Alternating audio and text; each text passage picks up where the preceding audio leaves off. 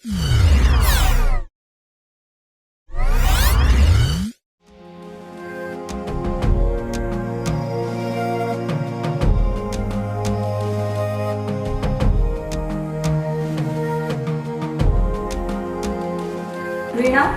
હું જ્યારે જોઉં ત્યારે તું કામ જ કરતી હોય છે.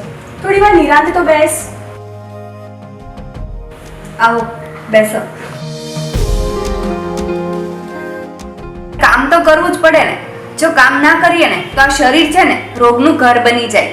શરીરમાં રોગ આવે ને પછી ડોક્ટર આપણને એમ કહે કે થોડુંક ચાલો, પરસેવો પાડો, એની કરતા અત્યારે કામ કરીને નિરોગી રહેવું સારું.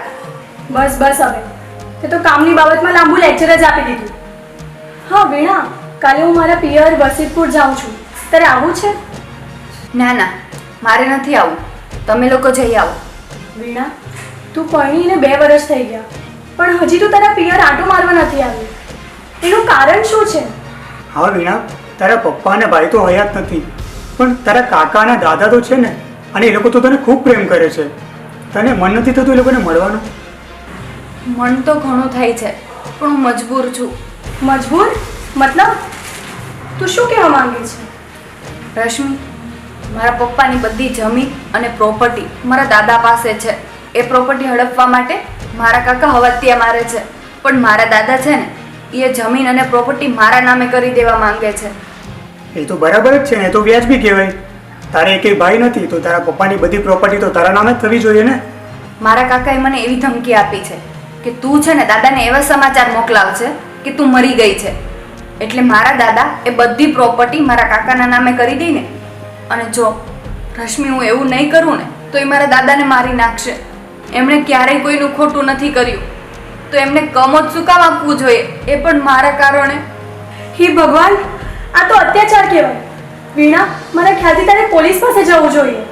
નહીં રશ્મિ, તેલ લેવા ગઈ બધી પ્રોપર્ટી. મારે નથી જોતું કાંઈ. મારે તો બસ મારા દાદા જીવતા રહીને તંદુરસ્ત એમ હું માનીશ કે મારી પાસે બધી પ્રોપર્ટી આવી ગઈ.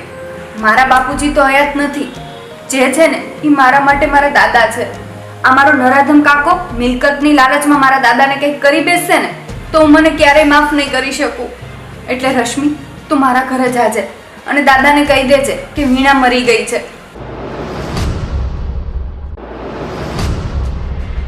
પણ વીણા, તું હજી જીવે છે અને તારા જીવતે જીવત હું આવું નહીં કરી શકું.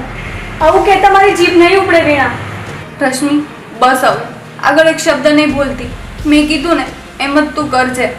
તું મારા ઘરે જાજે અને દાદા પાસે જાજે અને દાદાને કહેજે કે વીણા મરી ગઈ છે.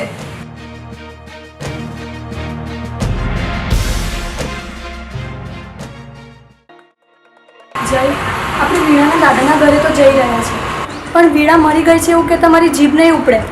મને લાગે છે કે વીણા ખોટી ગભરાઈ ગઈ છે. એને આવું કરવાની કંઈ જરૂર નથી. પણ હવે શું કરવું જોઈએ? મને તો એ જ નથી સમજાતું.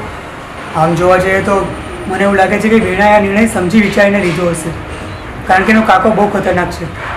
ભગવાન નહીં કરે નરાધમે એના દાદાની હત્યા કરી નાખી તો. હા, તમારી વાત સાચી છે. રૂપિયા માટે અરવિંદ કાકા કોઈ પણ હદે જઈ શકે છે. મને લાગે છે કે આપણે વીણાની વાત માનીને હાલ તો દાદાને જૂઠી ખબર આપવી જ પડશે. હા, મને પણ એવું જ લાગે છે.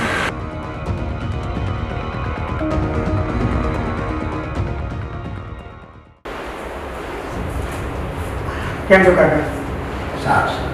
રશ્મિ, તું જા દાદા પાસે, હું બેઠો છું.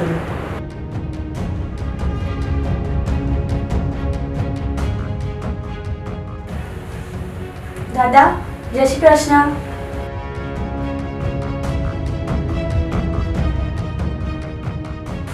અરે બેટા, રશ્મિ દીકરી? હા દાદા, હું રશ્મિ જ છું. દીકરા, વીણા નો આવી? વીણાને લઈ આવી હતી ને? 2 વર્ષ થઈ ગયા મેં એને જોઈએ નહીં. હવે તો મારી આંખો તરસે છે એને જોવા. દાદા, વીણા હવે અહીંયા ક્યારેય નહીં આવે. કેમ બેટા? એ મારાથી રિહાણી છે? એને કઈ મારું ખોટું લાગ્યું છે? ના દાદા, એવું નથી, પણ વીણાનું મૃત્યુ થઈ ગયું છે. હા? આ તું શું બોલે છે? નહીં દીકરા, નહીં. આ ન બની શકે. મારી વીણા તો હાજી નરવી હતી. એને તો નખમાં રોગ નહોતો. બેટા, એને શું થયું હતું? તું મારી સામે ખોટું તો નથી બોલતી ને? ના દાદા, આ સાચી જ વાત છે. વીણા હવે આ દુનિયામાં નથી રહી. આ ખોટું છે. મારી દીકરી મને આમ છોડીને ના જઈ શકે. બેટા, તું એક વાર કહી દે, આ વાત ખોટી છે ને? હે ભગવાન, તારે ખજાને હું ખોટ પડી કે મારી ખુશી છીનવી લીધી. દાદા, તમે રડો નહીં, તમે હિંમત રાખો. એના વગર હવે તમારે જીવવું જ પડશે. એના આધારે તો હું આ સુધી જીવતો હતો.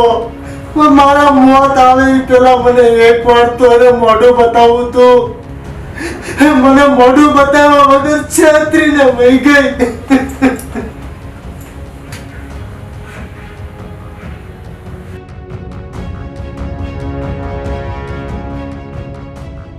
ચાલો.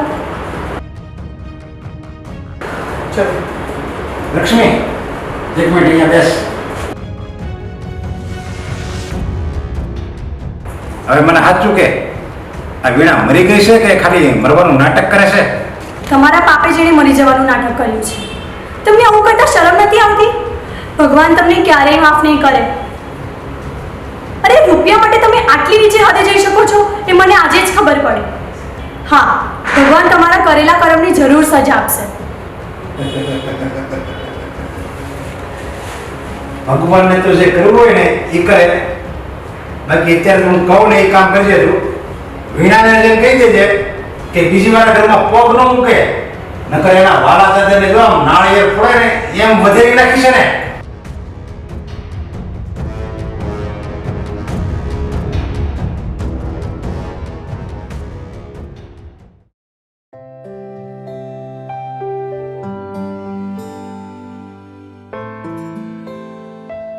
હાય રશ્મિ. હાય. રશ્મિ, તું જઈ એવી તારા પિયર? મારા દાદાને મળી? એમની તબિયત તો સારી છે ને?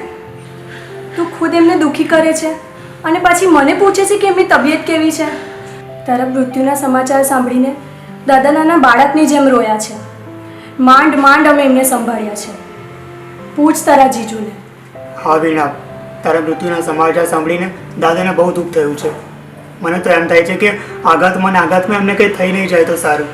નહીં જીજુ, મારા દાદાને કંઈ નહીં થાય. જો એમને કંઈ થશે ને તો હું જીવી નહીં શકું. વીણા, ત્યાં બહુ જ ખોટું કર્યું છે.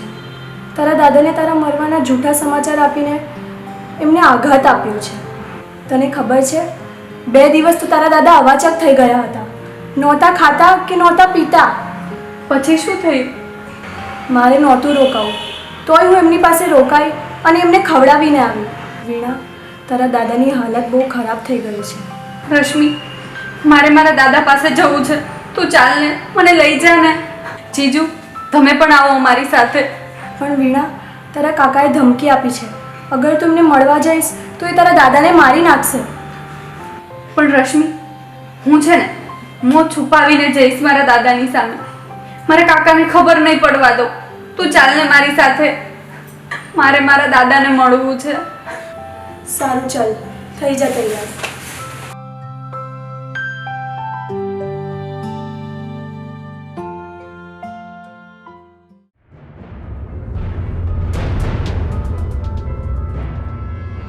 બેટા, તું મને મૂકીને ક્યાં ચાલી ગઈ?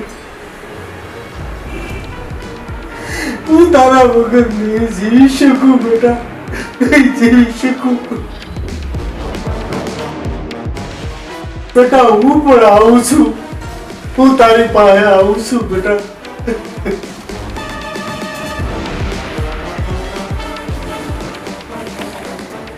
બાપુજી, તમારે વીણા પાસે જવું હોય ને તો જાઓ. તમારું હવે કોઈ કામ નથી. પણ એ પહેલા તમે મોટા ભાઈની જમીન અને પ્રોપર્ટી બધું મારા નામે કરતા જાઓ. મારો મોટો દીકરો મોટી વહુ નો રહ્યા, મારા કાળજાના કટકા જેવી દીકરી વહી ગઈ. હવે મારે જમીનને પ્રોપર્ટીને શું કરવા છે? લાય કાગળિયા, હું સહી કરી દઉં. લાય. વાહ બાપુજી, પહેલી વાર એવું બન્યું કે તમે આજ મારા હાથનો માર ખાધા વગર માની ગયા. મેં તારા રોટલા ખાધા છે ને એના કરતા તો માર વધારે ખાધો છે. તારે જમીનની ભૂખ છે ને, લાય કાગળિયા લાય, હું સહી કરી દઉં છું. લાય કાગળિયા.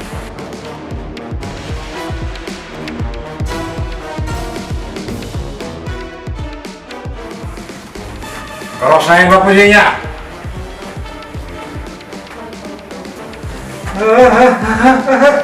કઈ થઈ ગયું બાપુજી ને? બચાવો બાપુજી, કઈ થાય છે મને? તને તારા કર્મની સજા દીધી છે ભગવાને. રામખોર, તે મને ને મારી દીકરીને શાંતિથી જીવવા નથી દીધા. આ એનું ફળ મેળવ્યું છે તને.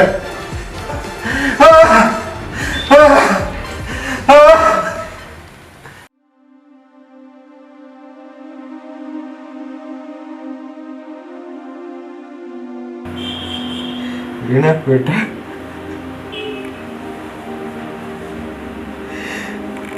તું મને એકલો મૂકીને, નોધારો મૂકીને લઈ ગઈ. વીણા, વીણા. દાદા, તમે કેમ આવું બોલો છો? હું છું ને તમારી દીકરી. તું મારી દીકરી જ છે, પણ વીણા મને એક પણ વાર મોઢું બતાવવા વગર વહી ગઈ ને, એનો મને બહુ વસવસો છે. બેટા, હું વીણા વગર નહીં જીવી શકું, નહીં જીવી શકું.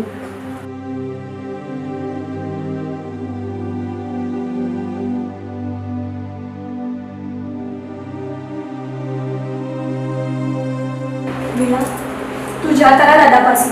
તારા દાદા તડપી તડપીને મરી જશે. વીણા, પ્લીઝ તું એમને કહે કે તું હજી જીવે છે. ના, હું એવું નહીં કરી શકું. જો હું એવું કરીશ ને તો મારા કાકા દાદાને મારી નાખશે. પણ એમ પણ તારા દાદા તડપી તડપીને મરી જશે તો શું તું એમને મરતા જોઈશ? નહીં, હું એમને નહીં મરવા દઉં. તો જા, નહીંતર મોડું થઈ જશે. હા, હું જાઉં છું. દાદા, અરે વીણા, તું મારી દીકરી જીવે છે? તું? હા દાદા, હું જીવું છું. તું બેટા ખોટું કેમ બોલી કે હું મરી ગઈ હતી એમ? દાદા, મને કાકાએ ધમકી આપી હતી કે જો હું એવું નહીં બોલું ને તો કાકા તમને મારી નાખશે. એ હરામી એ તો તને ને મને બહુ રંજાડ્યા છે,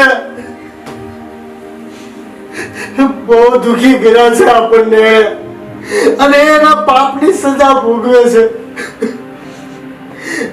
અટાણે પથારી વર્ષ છે. એ ગાડાને ખબર નહીં હોય કે જીવનમાં કરેલા કર્મો ક્યારેય પીછો નથી છોડતા.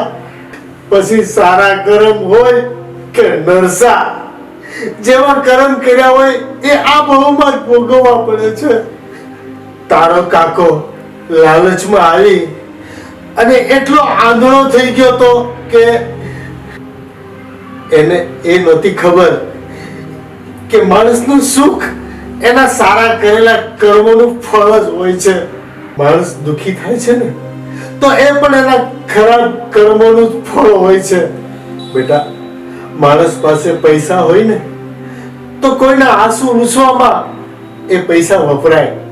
માણસ જ્યારે સંપત્તિવાન હોય ને ત્યારે કોઈ ગરીબની મદદ કરે, કોઈ દુખિયાના નિરાધારના આધાર બને તો એ કર્મો એના ભવિષ્યના જીવનને અને આગળના જન્મોમાં પણ એના ભવિષ્ય સુધારે છે.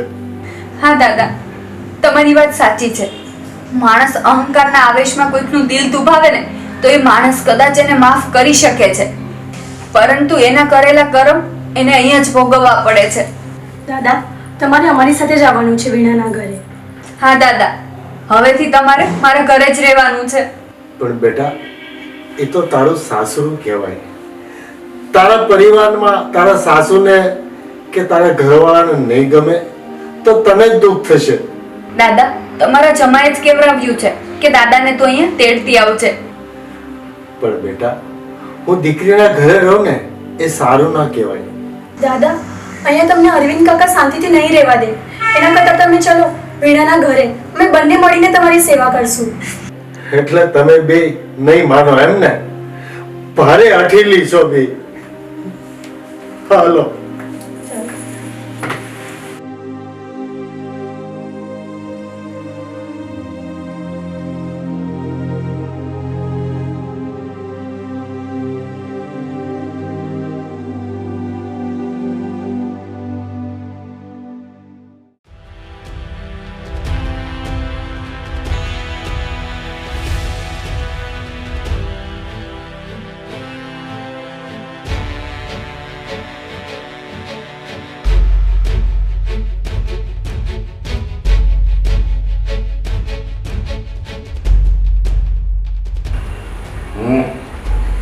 હું આ સંપત્તિને મેળવીને જ રહીશ. અરે વીણાને તો હું જોઈ લે, બાકી એ તમામ સંપત્તિ તો મારી જ છે. અને કદાચ ભગવાને એટલે જ મને જીવાડ્યો છે.